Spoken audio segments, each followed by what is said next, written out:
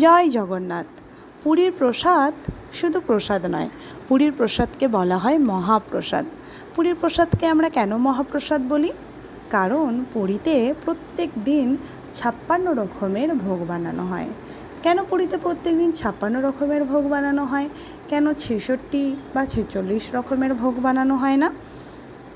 কারণ আমরা সবাই জানি কৃষ্ণ ঠাকুর গোবর্ধন পর্বতকে ওনার আঙুলে রেখেছিলেন ব্রজবাসীদেরকে বাঁচানোর জন্য, এবং কৃষ্ণ ঠাকুর সারাদিনে প্রায় 8 বার ভোজন করতেন, এবং তিনি 8 বারই 8 রকমের ভোজন করতেন।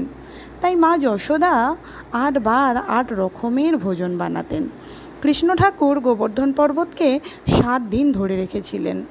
তাই পুরীর মানুষজন ভক্তিমনে ভাবলেন কৃষ্ণ ঠাকুর গোবর্ধন পর্বত 7 দিন ধরে রেখেছিলেন কিছু না ভোজন করে।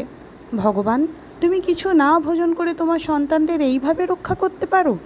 তাই আমরা যত দিন বাঁচব তত দিন তোমাকে 7 × 8 অর্থাৎ 7 দিনের 8 রকমের ভোজন, মোট 56 ভোগ আমরা তোমাকে নিবেদন করব। এটাই হবে আমাদের ভক্তি ভগবান তোমার প্রতি। কিন্তু আমার পক্ষে তো 56 রকমের ভোগ নিবেদন করা সম্ভব নয়, কারণ আমার 2 ছোট বাচ্চা আছে। তাই আমি এতটুকুই পেরেছি। জয় জগন্নাথ। শুভ রথযাত্রা।